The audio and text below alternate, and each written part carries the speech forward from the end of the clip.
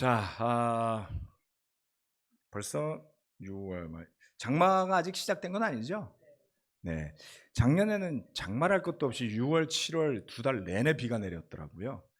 거기에 비하면 올해는 좀 비가 많이 내리는 것은 아닌 것 같습니다.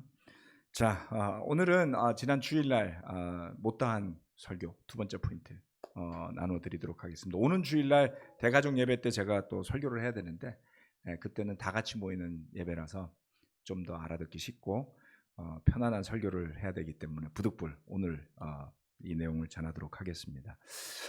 지난주 예배 끝나고 두 분이 저한테 피드백을 좀 주셨어요. 한 분은 말이 알아듣기가 어렵다.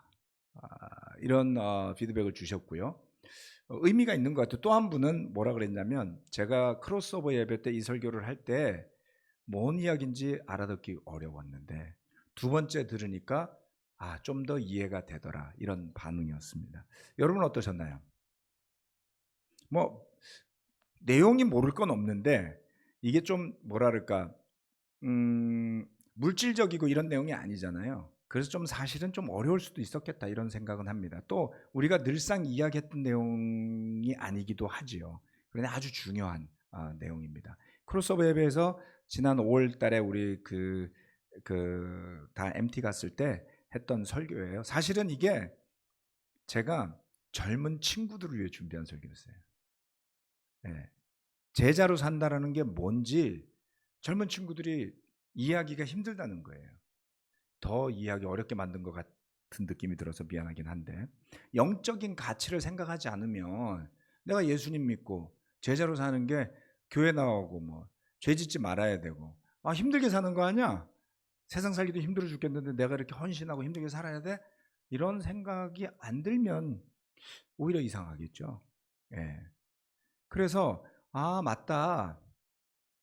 영적인 가치에 대한 이해가 없으면 또 내 자신이 하나님의 성령을 받은 사람으로서 살아가는 것에 대한 자각이 없으면 결국에는 어느 순간에는 영성이라는 것에 대한 개념 자체가 사라지고 행동만 남는 신앙에 빠져들 수 있겠구나라는 생각이 들었던 거예요. 그래서 우리 젊은 친구들을 위해서 준비한 설교이지만 또 동시에 생각해 보니까 다 같이 필요한 것 같아서 지난주 설교를 했습니다.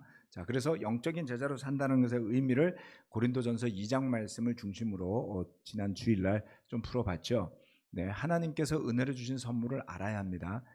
이거는 굉장히 격려가 되는 내용이죠. 하나님이 여러분 모두에게 선물을 주셨단 말이에요.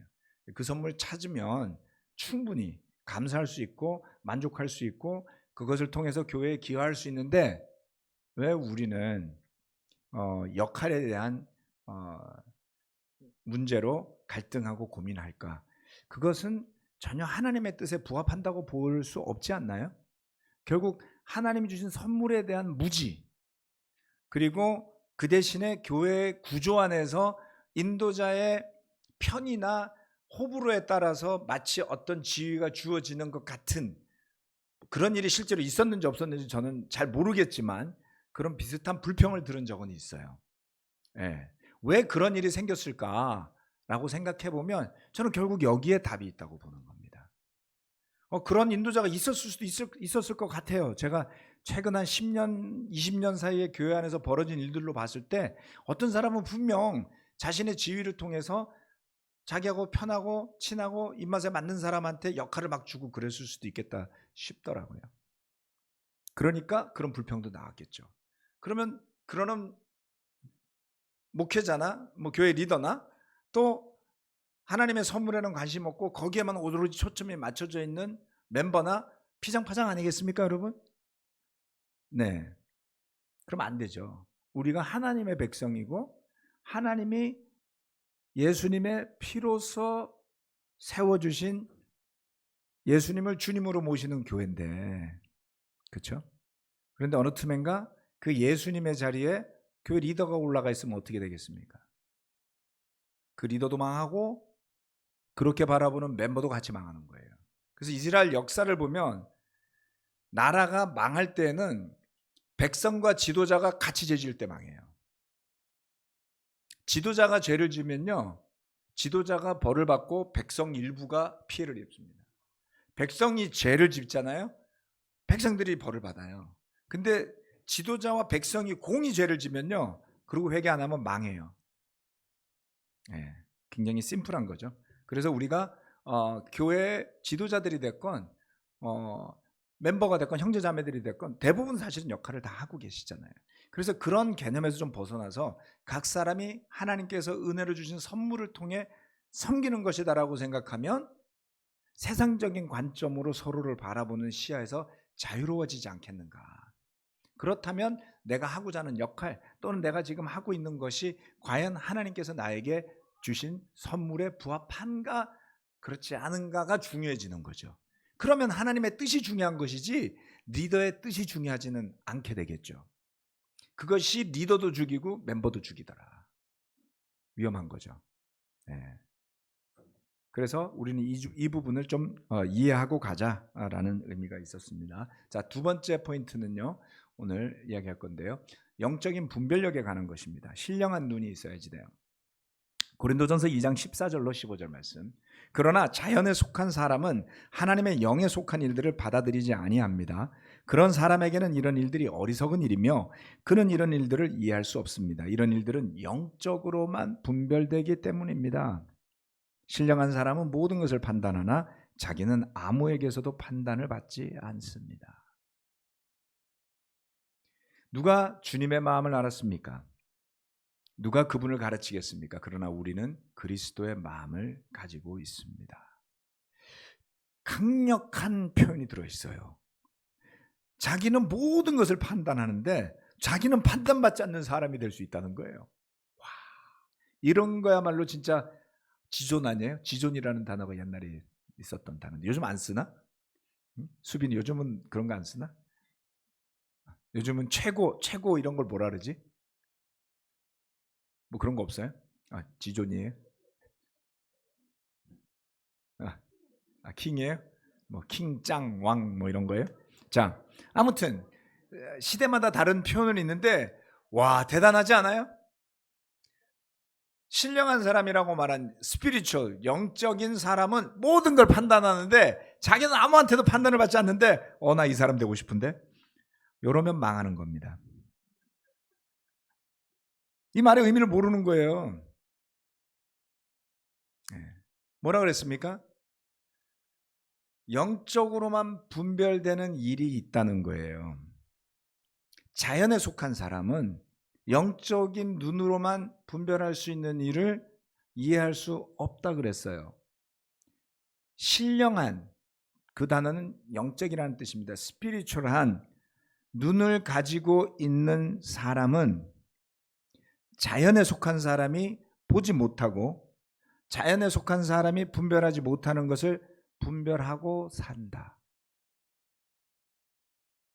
그런데 이런 영적인 사람을, 이런 신령한 눈을 가진 사람을, 이런 영적인 분별력이 있는 사람을 그렇지 않은 사람은 판단할 길이 없다. 그래서 판단받지 않는다는 뜻이죠. 가치가 다른 거예요. 그러니까 뭐라고 말하는데 맞지가 않아. 누가 지나가다 저보고 이 나쁜 년 이러면 제가 저를 욕하는 거라고 알아듣겠습니까?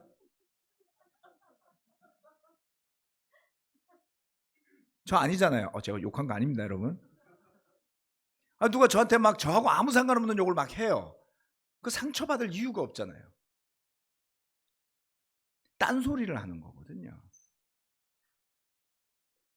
자,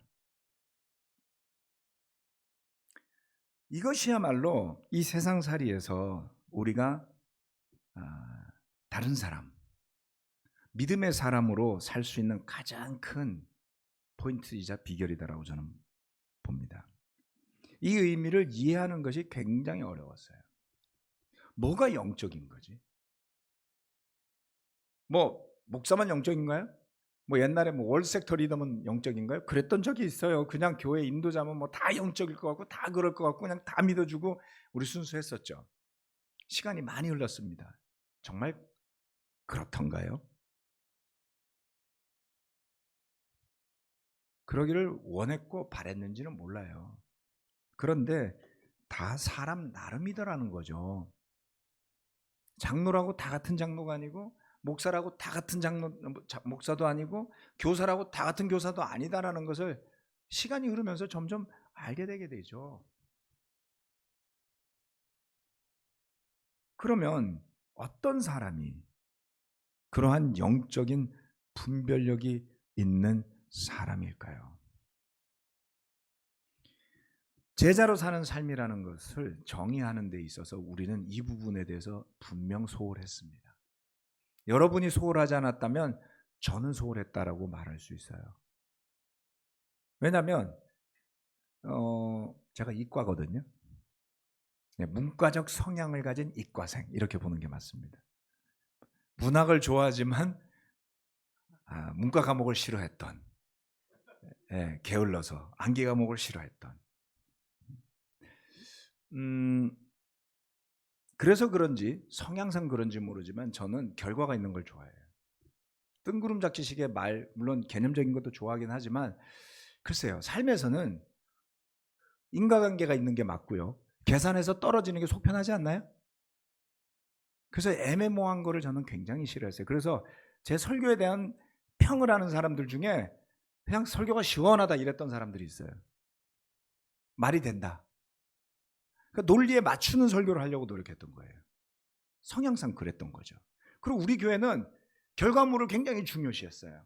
전도를 몇 명 했냐, 열매를 몇 명 받았냐, 예배는 안 빠지고 나왔냐, 헌금은 잘하냐, 재고백은 잘하냐, 제자로 잘 사냐, 뭔가 측정할 수 있을 만한 제자의 삶의 그런 도구들을 가지고 있었죠. 그게 나쁘냐? 아니에요, 여러분.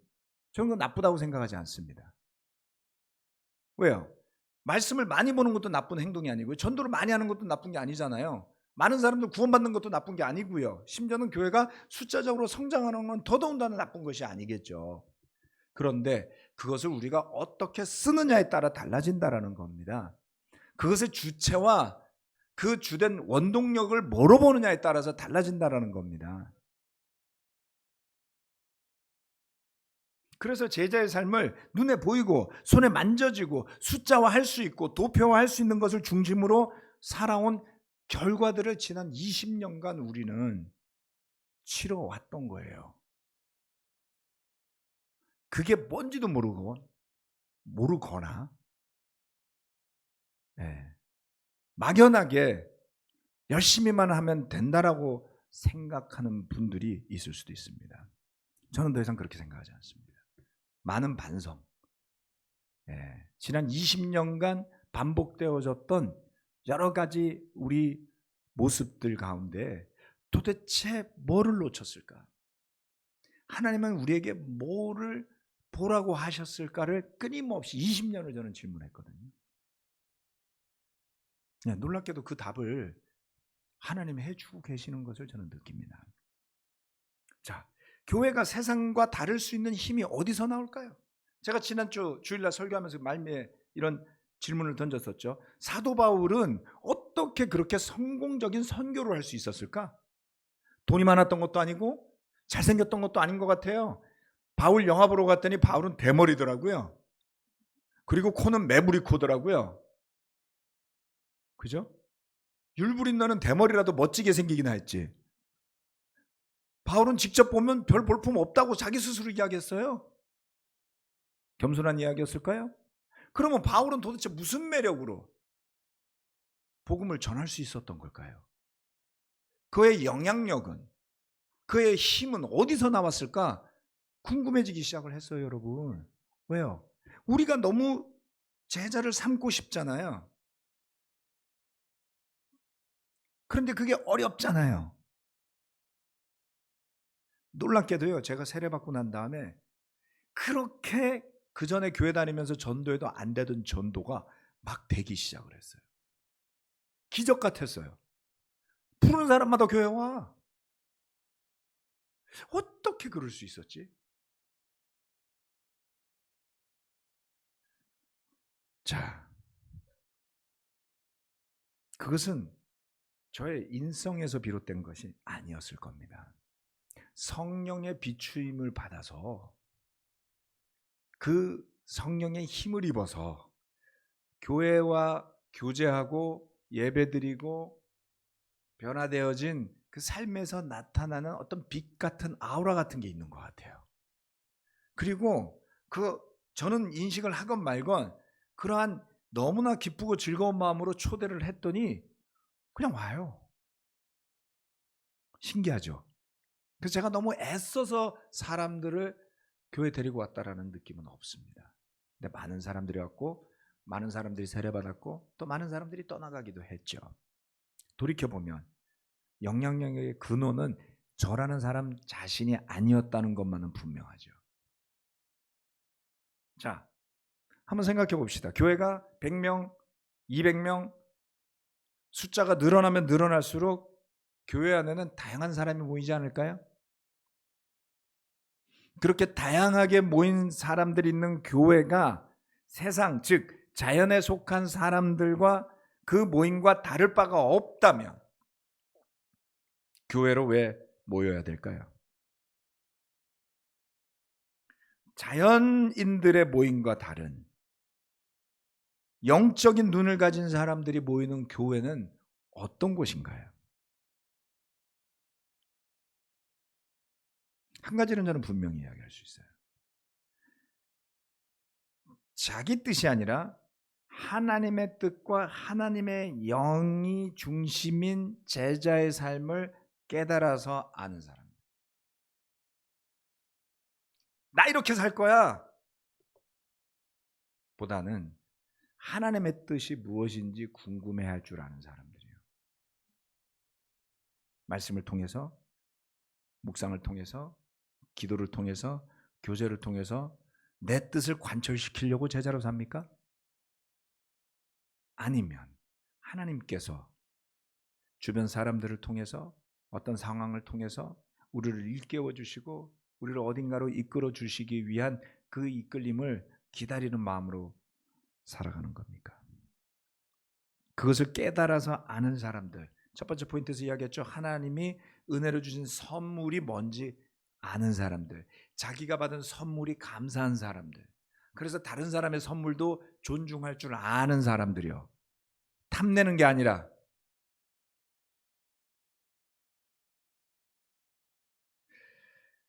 그래서 하나님이 주신 하나님의 영이 주신 은혜의 선물로 서로를 섬기는 것이죠. 저는 그런 곳이면 너무 좋을 것 같아요. 네. 감사한 거죠. 에베소서 4장 7절, 에베소서 3장 7절 말씀 한번 보도록 하겠습니다. 그러나 하나님께서는 우리 각 사람에게 그리스도께서 나누어 주시는 선물의 분량을 따라서 은혜를 주셨습니다. 나는 이 복음을 섬기는 일꾼이 되었습니다. 내가 이렇게 된 것은 하나님께서 그분의 능력이 작용하는 대로 나에게 주신 그분의 은혜의 선물을 따른 것입니다. 놀랍지 않나요? 사도 바울은 분명하게 여러 번 반복해서 이야기합니다. 하나님께서는 우리 각 사람에게, 목사에게만이 아니고 장로에게만이 아니고 우리 각 사람에게 그리스도께서 나누어 주시는 선물의 분량을 따라서 은혜를 주셨습니다. 아멘. 그래서 주눅 드시면 안 돼요. 주눅 들게 하는 리더도 문제고 주눅 드는 멤버도 문제예요. 자기 앞에서 주눅 안 든다고 난리 부리는 리더는 더 문제예요. 저는 그런 리더들 많이 봤어요. 안타까운 일입니다. 제가 다른 목사 앞에서 왜 주눅 들어야 하나요? 국방부 장관 앞에 가면 제가 주눅 들어야 합니까? 여러분들 국방부 장관 관심 없으시잖아요. 거 봐요. 네? 알 바가 아니잖아요. 가장 계급적인 구조 속에 살아온 사람이 저예요. 근데 우리 교회 왔을 때 제가 가장 한심하게 느끼는 것이 계급적 사고를 가진 사람들의 태도를 봤을 때예요. 누가 알아줍니까, 여러분? 예? 우리 교회에서 집사하면 누가 알아주나요? 서울 그리스도교회 장로 걸어서 나가보세요. 누가 알아줍니까? 국방부 장관은 알아줘요. 예. 군대에서 장군을 달아도 알아줍니다. 기업에서 받아주는 데도 있고요. 전문가로 초청하는 데도 있고요. 서울 그리스도교회 목사라면 아무도 안 알아줘요.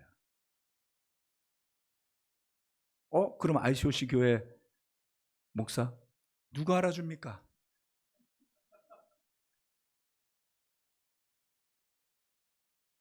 그런데 그런 지위에 우리가 주눅 들었어요? 그걸 갖고 꼬들먹거리고 살았어요? 하나님이 기뻐하실 리가 없는 겁니다, 여러분. 바울이 뭐라 그랬습니까? 나는 이 복음을 섬기는 일꾼이 되었다고 했는데 이렇게 된 것은 그분의 능력이 작용하는 대로 나에게 주신 그분의 은혜의 선물을 따른 거라고 그랬어요. 제가 솔직한 고백 하나 드릴까요? 설교를 너무 잘하고 싶은 거예요, 초창기에. 그런데 뭔 설교를 해야 될지 모르겠어요. 너무 힘들어요. 일주일 내내 잠 설쳐가면서 준비해서 설교하잖아요. 형제 자매들 얼굴의 표정이 이상해. 한번 여러분 그런 설교 해보세요. 매주. 세례받은 지 3년 돼가지고.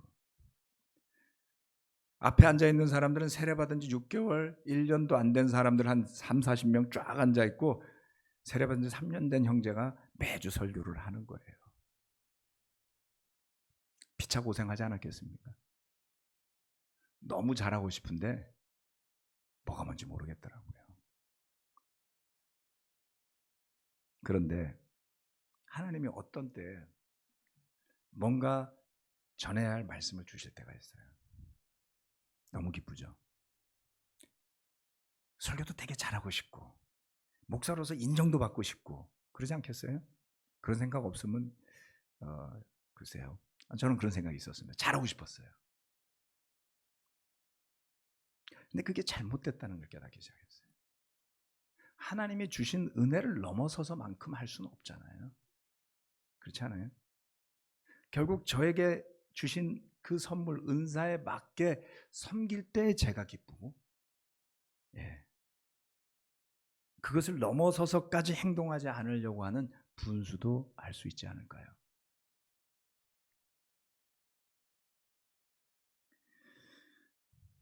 바울은 분명히 알았어요. 하나님께서 그분의 능력이 작용하는 대로 주신 은혜의 선물 때문에 이 일을 하고 있다고요. 자기가 하고 싶어서 했으면 진작에 그만뒀을 거래요. 언제요? 채찍질 당할 때. 언제요? 강도 만났을 때요.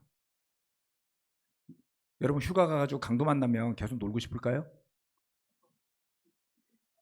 아이고 빨리 집에 돌아와서 쉬어야죠. 바울은 끝까지 했어요. 사도 바울은 시작부터 성령의 이끌리심에 따라 세례를 받습니다. 그의 삶은 이끌려 사는 삶이었어요. 여러분 이끌려 사는 삶 좋아하십니까? 안 좋아할 거예요. 주도적인 삶을 원하지 않나요? 어느 누가 이끌리기를 원하겠어요? 좋아하는 사람들은 못 봤습니다. 책임 전가하려는 사람 빼고는. 그가 교회와 선교를 위해 섬기는 힘은 바로 이 선물의 분량에 따른 은혜로부터 오는 거였어요. 잘 보셔야 됩니다. 각 사람에게 선물의 분량을 따라서 은혜를 주신다고요. 그게 1달란트나 2달란트나 뭐 이렇게 될 수도 있을 거고요. 그 분량은 뭘까요? 그의 고백을 보면 그가 하는 역할, 그가 하는 헌신의 주체는 자신이 아닌 하나님의 은혜의 선물, 성령의 힘에 따른 것이었음을 명백하게 볼 수가 있습니다.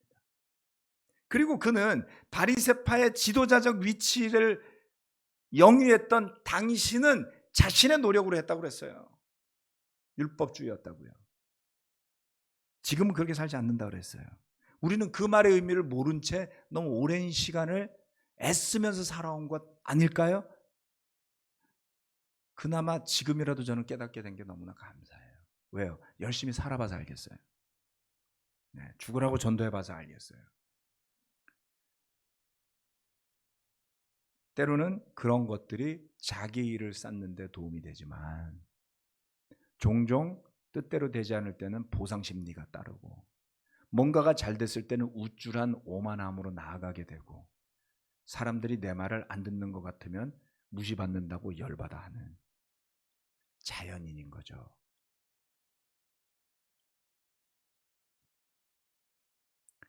바울에게는 그의 노고와 수고에 대한 보상 심리가 없었습니다.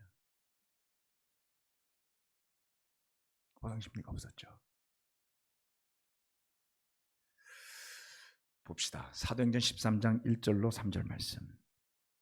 안디옥 교회에 예언자들과 교사들이 있었는데 그들은 바나바와 니게르라고 하는 시몬과 구레네 사람 루기오와 분봉한 헤롯과 더불어 어릴 때부터 함께 자란 마나인과 사울이다. 그들이 주님께 예배하며, 여기서 오해하지 마세요. 분봉한 헤롯이 교회 지도자였던 뜻이 아닙니다. 그들이 주님께 예배하며 금식하고 있을 때 성령이 그들에게 말씀하셨다. 너희는 나를 위해서 바나바와 사울을 따로 세워라. 내가 그들에게 맡기려 하는 일이 있다. 그래서 그들은 금식하고 기도한 뒤에 두 사람에게 안수를 하여 떠나 보냈다. 어떻게 바울의 선교 팀이 시작되었는지를 알려주는 단서가 바로 이 구절입니다. 물론 바울이 중간중간 자신의 고백을 통해 이야기하지만 이거 잘 보세요. 안디옥 교회에 지도자들이 있었는데요, 그들이 뭘 했습니까? 주님께 예배하며 금식하고 있을 때에 성령이 그들에게 말씀하신 거예요.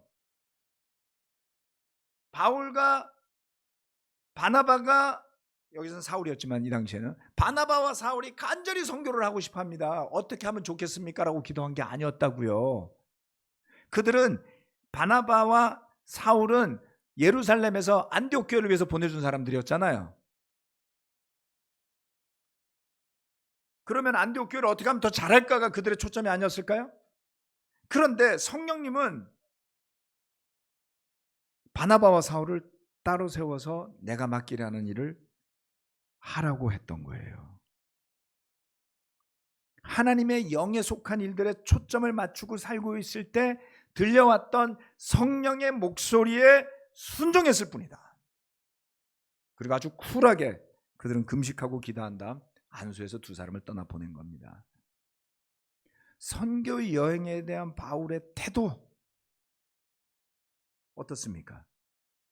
그의 믿음의 삶의 시작도 이끌림이었고요. 그렇죠?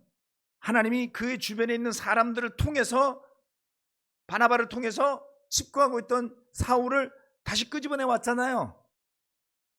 그리고 그런 그가 안디옥 교회에 가서 역할을 하라고 또 보내심을 받았잖아요. 그런데 이번에는 성령이 그 두 사람을 세워서 이방 도시로 가서 복음을 전하라고 했던 것이죠. 바울은 그걸 알고 있지 않았나요?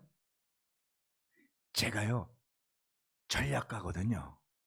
그래서 제가 이 레반트 지역과 그리고 마케도니아 지역과 아가야 지역과 아시아 지역에 교회들을 세울 밑그림을 제가 그렸거든요. 바울이 그런 적 있나요? 그거를 위해서 제가 적절한 사람들 제가 세웠거든요. 그래서 이거를 바울의 무브먼트라고 명명해 주시면 안 될까요? 이거 비슷한 뉘앙스도 바울에게는 없었잖아요. 그런데 우리는 종종 이런 일을 보지 않습니까? 나 수고했으니까 어깨 좀 두드려줘. 내 인생 좀 돌려줘. 내 청춘 바쳤어. 나 평생 전임했어. 여러분, 누구한테 하소연하는 건가요? 하나님 들으시라고요? 아니면 사람들의 인정과 이해를 받으시려고요? 하나님 들으라고 할 거면 그런 말 할 필요 없죠. 알고 계시는데 뭘 이야기해요? 결국 사람 들으라고 하는 이야기잖아요. 만약에 여러분 그런 게 여러분 속에 있다면 여러분의 신앙은 영적인 일에 있지 않고 사람에게 있는 거예요. 그러면 망하는 겁니다. 다시 한번 고린도서 본문으로 돌아가 봅시다.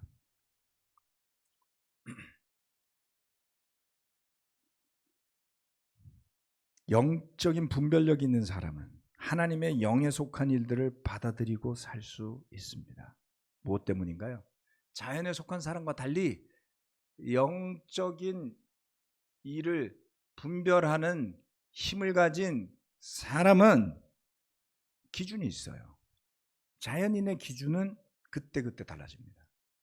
그런데 마치 우리가 빛의 속도가 불변인 것처럼, 그래서 거기에 맞추어서 물리학을 계산하듯이 우리는 하나님의 말씀을 바탕으로 분명한 기준으로 흔들리지 않는 진리를 믿고 알고 살고 있는 사람이죠.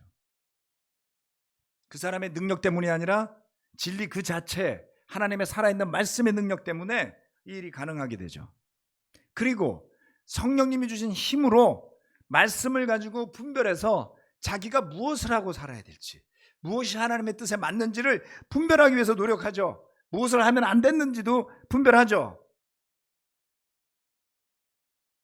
여기에서 판단한다라는 단어가요, 의미가 있어요. 헬라어는 생략하고. 자, 판단한다는 단어를 원어의 뜻대로 살피면 이렇답니다. 조사하다, 검토하다, 신문하다. 좀 어려운 단어인데요. 그죠?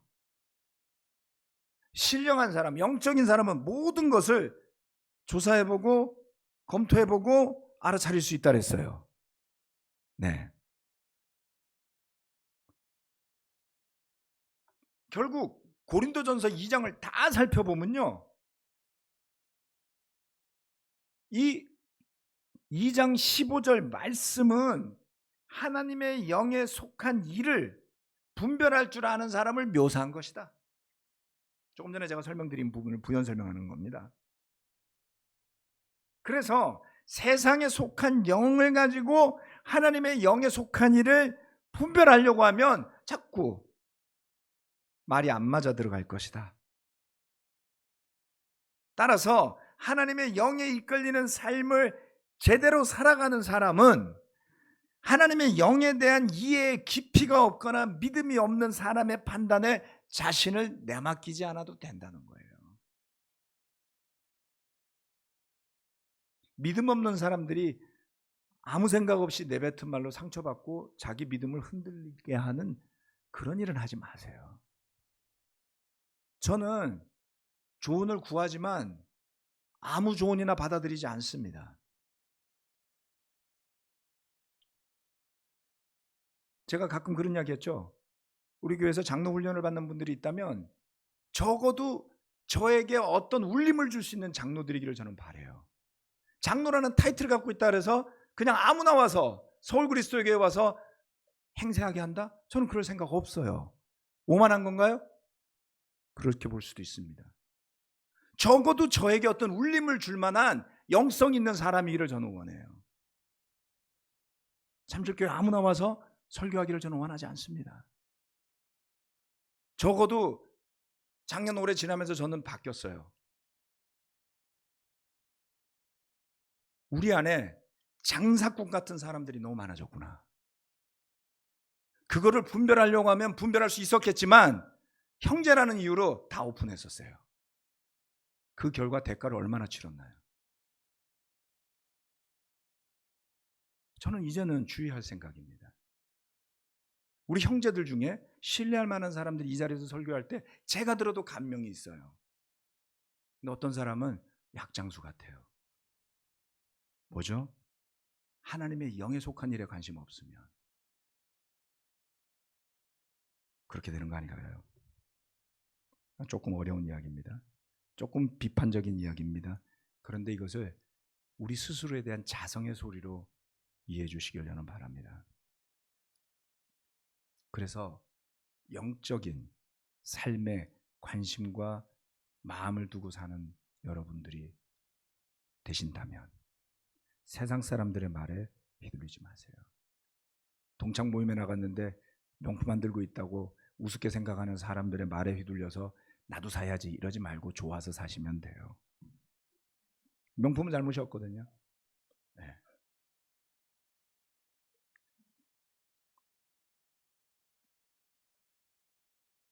무슨 말인지 이해가 되나요? 그래서 교제를 하시고 영적인 연결을 원하신다면 영적인 울림 있는 사람들과 하십시오. 이게 왜 중요한지 아세요? 요한복음 4장 22절로 24절 말씀입니다.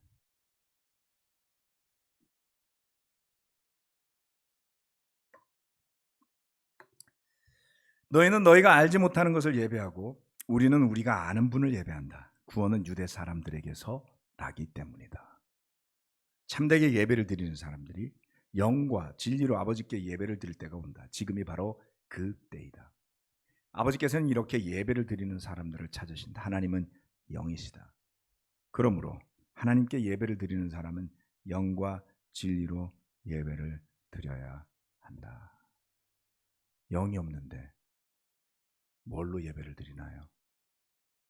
영에 대한 자각이 없는데, 영에 대한 appreciation, 감사함이 없는데, 그것을 감상할 만한 영적인 눈이 없는데 무슨 예배를 드리는 건가요?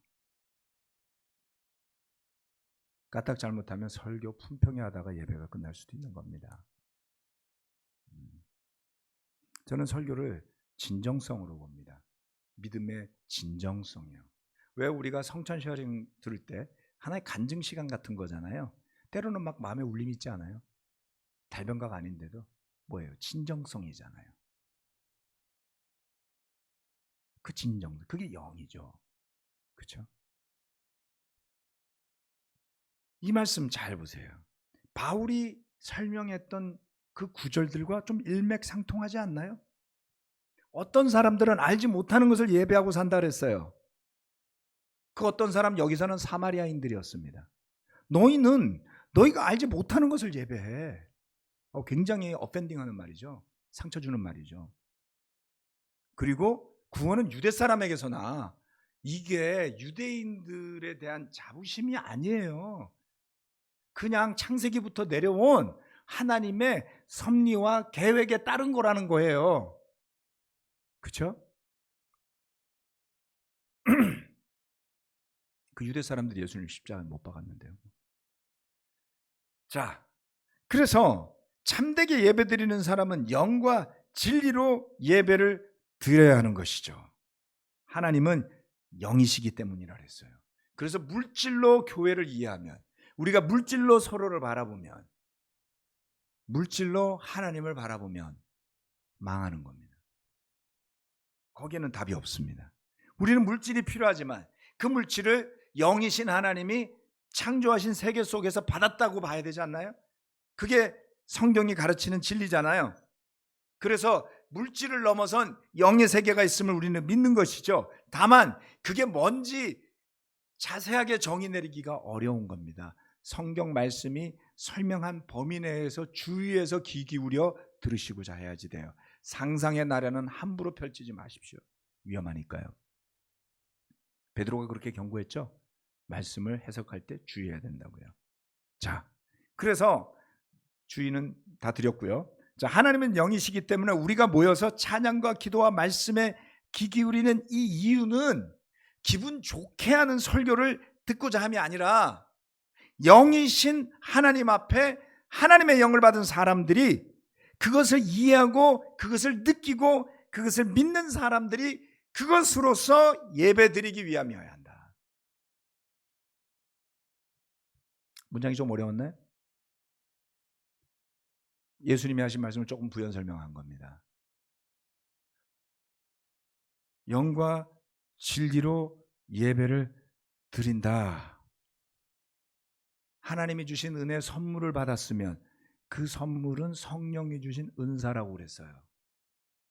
우리 각 사람이 죄를 회개하고 물에서 죄사함을 받고 예수님을 주님으로 고백하고 올라왔을 때 성령을 선물로 받았다 그랬는데, 그 성령 어디가 있습니까? 그 성령은 여러분에게 오늘 어떻게 살라고 이야기하고 있습니까? 여러분의 이성이 아니라. 그렇죠? 예배를 준비하는 사람들이 됐건, 예배에 참여하는 사람들이 됐건, 어떤 행사를 준비하는 사람들이 됐건, 그 행사를 참여하는 사람이 됐건, 돕는 사람이 됐건, 역할을 하는 사람이 되었건, 당분간은 좀 마음 편하게 따라가기로 한 사람이 되었건, 모두가 공통적으로 해야 할 일이 있어요. 영과 진리로 예배드리는 겁니다. 신령한 눈을 가지려고 해야지 돼요. 안 그러면 여러분의 자연인으로서의 눈이 지배할 겁니다. 영적인 눈은 뜨고 싶다고 막 떠지지 않아요. 어디 있는지도 모르시잖아요. 그렇죠? 되게 어려운 이야기를 제가 지금 하는 거 맞습니다. 그리고 우리는 그러한 영적인 모습의 롤모델을 어떻게 찾아야 할지도 몰라서 방황할 수가 있어요. 사도 바울의 이야기로 그래서 돌아가 보자는 겁니다. 그의 영향력은 바로 이와 같은 영성에서 비롯되었을 것이다 라는 것이 저의 견해입니다. 우리는 그의 영성의 흔적을 그가 성령의 이끌리심을 받아서 기록했던 말씀들을 통해서 간접적으로 볼 수 있죠. 저와 여러분의 영적인 영향력 있으면 됩니다.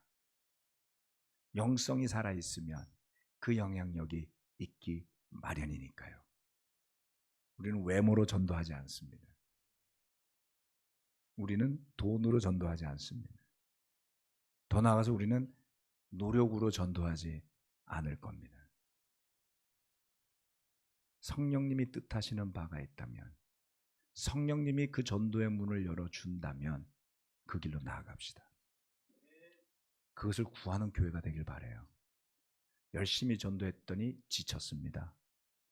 열심히 전도했더니 어떤 사람은 교회에서 인정받는 사람이 됐고, 어떤 사람은 열심히 전도했는데 지쳤는데 결과가 없어서 무시받는 사람이 되어서 계층 간에 갈등이 생겨났고, 전임 비전임이라는 구분이 생겨났고, 잘 나가는 전임과 못 나가는 전임이 생겨났고, 이루 말할 수가 없어요. 부끄럽지만 그게 우리 교회입니다. 이제 거기서 벗어나자고요. 저는 여전히 ICC 교회를 사랑하고요. 그리고 이 교회의 영적인 지도자들, 깨어있는 영을 가진 분들이 아직도 많이 있다고 믿습니다. 제가 알고 있는 분들도 있고요. 만날 때마다 감명받는 분들도 있습니다. 제가 그런 영적인 사람으로 더 거듭나기를 여전히 저는 소망합니다. 또한 여러분들이 그와 같은 영적인 존재가 되어서 서로를 권면하는 영성이 살아있는 가정, 영성이 살아있는 교회가 된다면 우리는 모여서 눈을 뜬 신령한 눈을 가진 제자들이 되지 않겠습니까? 제자 훈련이요? 열쇠가 여기에 있습니다. 신령한 눈이 없는 제자 훈련은 아니에요. 그거는 다음에. 자, 그래서 오늘 영적인 제자로 살기 두 번째 포인트, 신령한 눈, 영적인 분별력 있는 사람. 그 사람은 멋대로 남을 판단하는 그런 사람이란 뜻이 아닙니다. 누구 말도 안 듣겠다는 그런 사람이 아니죠. 진리에 굳건하게 서 있기 때문에 분별력이 있다는 거고요. 그 의미로 본다면 어렵지 않으리라 믿습니다. 자, 오늘 설교의 말씀은 조금 이해에 따라서 어려울 수도 있고요. 그럴 수도 있다고 생각합니다. 하지만 이것은 우리가 계속 같이 대화해야 될 부분입니다. 영적인 가치에 대해서, 영적인 것에 대해서, 그래서 우리의 관심이 거기에 있어야만 한다고 저는 믿습니다. 그런 의미에서 올 주불리의 주제가 The Gift, 선물입니다. 그래서 암시가 좀 있죠 거기에. 그래서 열심히 기도로 준비하고 있습니다. 자, 기도하고 예배 마치도록 하겠습니다.